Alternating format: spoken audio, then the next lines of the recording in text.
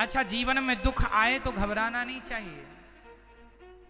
हमें दुख के समय क्या करना चाहिए? भगवान का ध्यान करना चाहिए, भगवान में मन लगाना चाहिए। अच्छा ये बताओ, सुख ही सुख आएंगे, क्या जीवन में दुख नहीं आएगा? आप में से ऐसे कितने लोग हैं जिनके जीवन में कभी दुख नहीं आया? है कोई एक ऐसा? बोलो मेरी मां, आया? क्या भगवान राम के जीवन में दुख नहीं आया? क्या माता सीता के जीवन में दुख नहीं आया? इसलिए दुख और सुख तो ऐसे ही हैं, जैसे दिन है तो रात भी होगी ही, उसी प्रकार सुख है तो दुख तो होगा ही जाएगा। कहाँ, ये तो दिन रात की तरह है, इसलिए इनसे बचना, आप सोचें कि हम इनसे बच जाएं तो संभव नहीं, आएगा। अब देखना यह है कि आपकी दुख में स्थिति क्या होती है। दुख में घबराओ मत, परेशान मत होइए। जब दुख आए तो भगवान के करीब चले जाओ, हे नाथ हमें आप ही बचा सकते हैं। कुंती बुआ ने कहा, ऐसे सुख पर पत्थर पड़े जो कृष्ण हृदय से जाए, बलिहारी वा दुख की पल पल नाम जपाए। जीवन में जब दुख आए तो भगवान का ध्यान करना चाहिए और यह समझना चाहिए कि भगवान हमें अपनी कसौटी में कस के देख रहे हैं। सुनार जी सोने को भट्टी में कब डालते हैं? बोलो। जब सोने में कोई दोष उत्पन्न हो जाए। भाई 24 कैरेट का सोना है, बिस्किट है सोने की, उसे तो सोनार भट्टी में नहीं डालता, डालेगा तो आभूषण बनाने के लिए। पर यदि सोना आप देंगे कि भाई ये हमारा आभूषण है, इसे आप ठीक करके दीजिए, तो वो उसे भट्टी में डाल के उसका जो मिलावट थी, टाके थे, वो करके पूरा जो चाहेंगे बना के दे देगा। सुनार लोहे सोने को भट्टी में जब डालते हैं, सुनार जब सोने को तपाते हैं तो तपाने का अर्थ ये हुआ कि सोने को शुद्ध कर रहे हैं, उसकी गंदगी साफ हो रही है, उसकी चमक और बढ़ने वाली है, वो निखरने वाला है। उसी प्रकार जब परमात्मा अपने दुख की भट्टी में आपको तपाए तो समझ लेना कि ईश्वर आपको चमकाना चाहते हैं। इसलिए ईश्वर आपके जीवन में ये दुख को, दुख रूपी आपके जीवन में ये आपको दुख की भट्टी में डालकर चमका रहे हैं। भगवान आपको और चमकाना चाहते, इसलिए दुख आए तो घबराइए मत, दुखों में प्रसन्न रहिए। जैसे रखे राम जी रहना चाहिए और सीताराम सीताराम, कोई बात नहीं।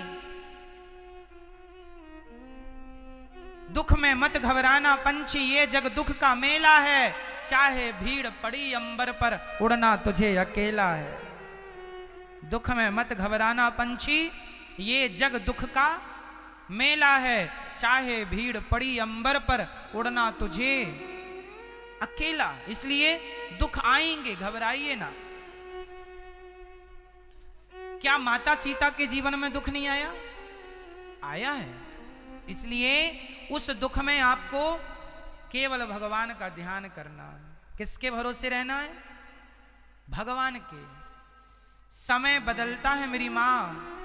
मैंने बड़े बड़े लोगों को, जो लोग बड़े बड़े पैसे वाले थे, उनका समय मैंने बदलते देखा है। जिनके पास बहुत कुछ था, आज उनके पास कुछ भी नहीं है, और जिनके पास कुछ नहीं है उनके पास बहुत कुछ हो गया। ये ईश्वर की माया, कौन जाना कब भगवान राजा को रंक को, कब रंक को राजा बनाए, कौन किसे जानता। इसलिए समय आएगा, इंतजार करो, समय आएगा, भगवान पे भरोसा रखो, कभी किसी के साथ बुरा ना करना।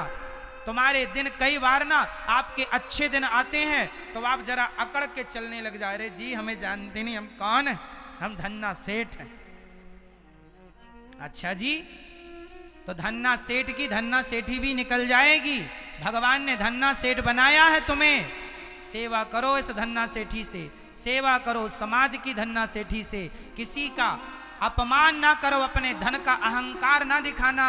नहीं, आज ईश्वर ने यदि तुम्हें धन्ना सेठ बनाया है तो कल ये सेठी छीन भी सकता है, क्योंकि हाथ में उसी के है सब कुछ। इसलिए धन मिले तो धर्म करना। जैसे ये हमारे श्री अनिरुद्ध साहू जी हैं, यजमान जी, इन्हें ईश्वर ने धन दिया, इन्होंने अपने धन से इतना बड़ा धर्म किया कि आज हजारों लोग कथा से जुड़ गए। धन मिले तो धर्म से जोड़ो। धन मिले तो ये नहीं कि गड़ा गड़ा के रख लें, बच्चे खाएंगे, बच्चे, अरे बच्चे तो अपने कर्म करें, खाएं। आप आज समस्या ये, आज लोग परेशान इसलिए नहीं है कि पैसा नहीं है। अरे आपको तो खूब भगवान ने दिया है, दाल रोटी खाने के लिए सबके पास है। आज लोग परेशान पेट भरने के लिए नहीं है, आज लोग तिजोरियां भरने के लिए परेशान हो रहे हैं। तिजोरियां कैसे भरें? पेट तो भगवान सबका, भूखा कोई सो नहीं रहा, सबका पेट भगवान भरते हैं। तुम दुखी क्यों हो? तिजोरियां भरने के कारण। तुम्हें लगता है हमारी औलाद क्या खाएगी, बच्चे बच्चे क्या? अरे भाई तुम अपना खाओ, अपना आनंद से जो कमाया है उसका धर्म में लगाओ, बच्चे अपना कमा के खाएंगे। हर आदमी अपना भाग्य लेके पैदा होता है, जब परमात्मा ने पेट दिया है तो खाने को रोटी भी देगा। इसलिए चिंता नहीं, चिंतन। जिस परमात्मा ने पेट दिया है वो पेट भरने की व्यवस्था भी। आज मझौली में ऐसे ऐसे लोग भी हैं जिनके पास महीने का 10 लाख रुपए आता है, 1 करोड़ भी आता है, ऐसे लोग भी हैं। और ऐसे लोग भी हैं जो महीने के 10,000 कमाते हैं, और ऐसे लोग भी हैं जो महीने में ओनली 1,000 कमाते हैं, और ऐसे लोग भी हैं जो महीने का 1 रुपए भी नहीं कमाते। अब मुझे ये बताओ, महीने का 1 रुपए ना कमाने वाला और महीने के 1 करोड़ कमाने वाला, क्या दोनों भूखे मर रहे हैं?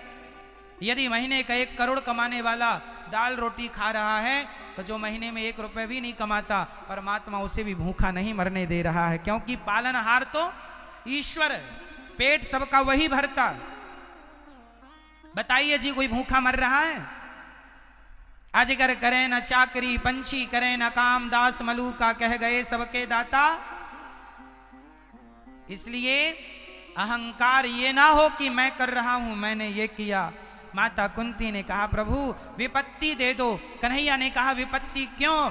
कुंती बुआ ने कहा जब जब जीवन में सुख आया तब तब आप दूर चले गए। अरे विपत्ति नहीं नाथ, मैं किसी भी हाल में आपको भूलूं नहीं, ऐसी कृपा कर दीजिए कि प्रभु मैं आपको कभी भूलूं नहीं। भगवान का स्मरण सदा रखिएगा भक्तों, कभी भगवान को भूलिए मत। ये सोचिएगा कि ये ईश्वर का आप पर ऋण है, कर्जा है।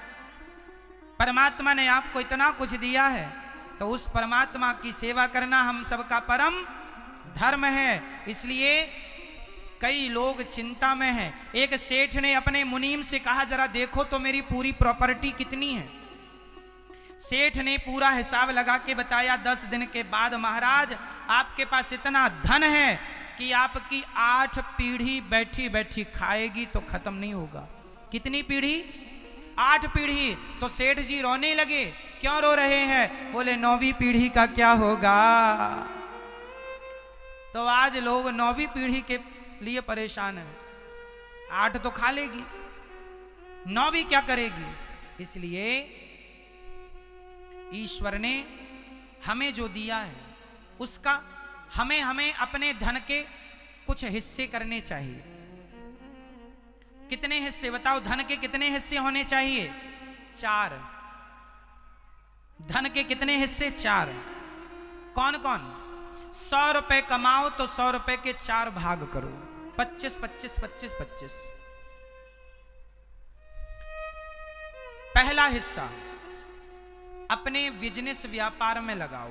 जिससे पैसा कमाया है उसमें लगाना पड़ेगा। दुकान से कमाया है, दुकान में सामान भी तो खत्म होगा, उसमें लगाना पड़ेगा। एक हिस्सा व्यापार में लगाओ। जैसे आप किसान हैं तो किसान खेती आपकी ऊबड़ खाबड़ है, उसे ठीक करने में कुछ पैसा आपका लगेगा। जमीन से जमीन आपको खरीदना भी चाहिए कि आपका धन बढ़े, कम ना हो। आपकी 2 एकड़ है तो 2.5 कर लो, 5 कर लो, 10 कर लो, बढ़ाओ। बढ़ते क्रम में ये नहीं कि बाप ने 10 एकड़ दी थी, बेच बेच के खा खा के 2 एकड़ छोड़ी, अब 2 भी बेच दी। ऐसे कितने बच्चे हैं जो बाप की संपत्ति बेच बेच के खा लेते हैं। कई लोग तो बड़ी बड़ी गाड़ियों का शौक रखते हैं, तो जमीनें बेच बेच के गाड़ियां लेके आते हैं। इनसे बड़ा मूर्ख कोई नहीं है जो बाप दादों की संपत्ति अपनी शौक पूरी करने के लिए बेच बेच के शौक पूरे करें। इनसे बड़ा मूर्ख कौन है? बाप दादों की संपत्ति है, बचाओ और आप मेहनत करके अपनी संपत्ति इकट्ठी करो, उससे अपने शौक पूरे करो। ये तो आपकी उपलब्धि हुई। बाप की बेच बेच के खाए, इसमें तो आपको कोई महान कहेगा नहीं।